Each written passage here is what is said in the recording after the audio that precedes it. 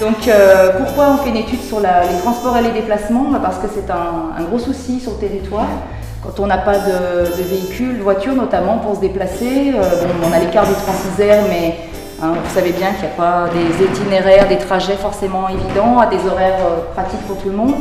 On n'a plus le train qui circule sur la plaine, donc c'est vrai qu'il n'y a pas grand-chose et bon, on le sait depuis longtemps. Heureusement, on a eu quelques initiatives, notamment il y a le TACO qui existe et on a fait un site de covoiturage, il y a des choses comme ça, mais c'est vrai qu'il reste beaucoup à faire pour améliorer les choses sur le problème des transports et des déplacements. Les déplacements sont essentiellement liés à la voiture.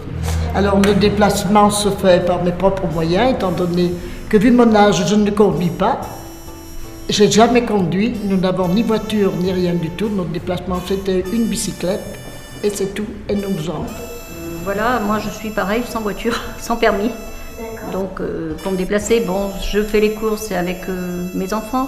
En principe, une fois par semaine, on est organisé à notre génération. Tout ça, mais un autre gros problème, c'est lorsqu'on a un rendez-vous chez un médecin ou un spécialiste, là les gens sont complètement dépourvus de tout. Donc je me déplace à pied, bien évidemment. Ouais. D'accord. Et à quelle fréquence vous faites ce trajet-là? 4 fois par jour. Déjà. 4 fois par jour. Ah oui. Pour aller sur mon lieu de travail. Sinon, lorsque j'ai besoin de ma voiture pour sortir de la côte, évidemment, je prends ma voiture. Pour quel motif, là, vous ne prenez pas votre voiture pour vous rendre à Grenoble?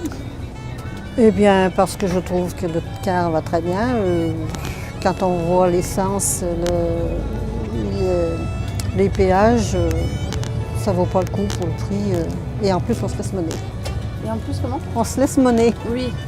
On n'a pas de souci de la conduite. Donc on va vous distribuer des petits post-it et sur ces petits post-it vous allez pouvoir écrire tout ce que vous voulez sur vos besoins en termes de déplacement, de mobilité et puis vos difficultés aussi. Donc, alors transport individuel pour les personnes âgées, maison, magasin. Donc je vous propose que ce soit la même chose dans le groupe des courses. Alors là on est plus effectivement sur le transport individuel, le transport à la demande, un petit peu comme le TACO quoi, finalement. Déplacement difficile, voire impossible pour aller chez un spécialiste. Des propositions, covoiturage, navette, étendre le TACO, que la pharmacie devrait développer la livraison et en même temps tout ça mélangé en même temps à du loisir. Donc effectivement on aurait pu mettre là c'est les solutions, diverses solutions, covoiturage, club, bibliothèque, voilà, donc là c'est plus. Je sais pas si vous l'utilisez. Ah oui, j'utilise beaucoup. Alors sinon, oui. Alors, parce que qui veut parler du train, parce que je ne vais pas dire autre chose, mais par curiosité, je peux expliquer parce que je n'utilise pas. Alors le train, elle va la mettre en autopartage, c'est-à-dire qu'avec un abonnement, ou pas, ou une carte, ça dépend du système, vous vous inscrivez sur une liste, en mairie, etc. On vous délivre une carte et cette carte va vous permettre d'ouvrir la voiture et de prendre une clé, de prendre la clé de la voiture et de pouvoir utiliser la voiture tant que vous voulez. Vous la ramenez au même endroit, vous bipez la carte, la voiture se ferme et c'est quelqu'un d'autre qui peut prendre. En fait, on partage une voiture. Je constate que les gares routières, que les arrêts de bus et que les bus enfin ne sont pas accessibles aux personnes handicapées. Donc vous avez 3 noirs, c'est pour les idées à parvenir. 3 vertes, c'est pour les idées intéressantes à développer. Et vous avez un coup de cœur, le rouge, c'est pour mettre sur la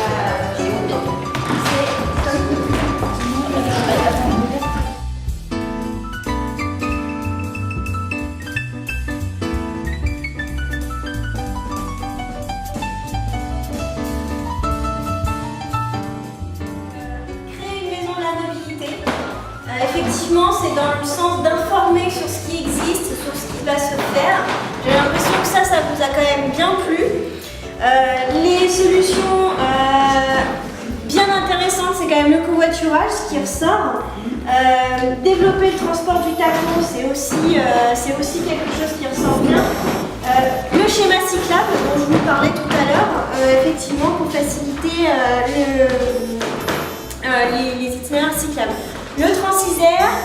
Le stop amélioré, ça a aussi marché, mais un peu moins. Par contre, le vélo assistance électrique, c'est niet. L'apprentissage vélo, niet. L'atelier réparation, niet.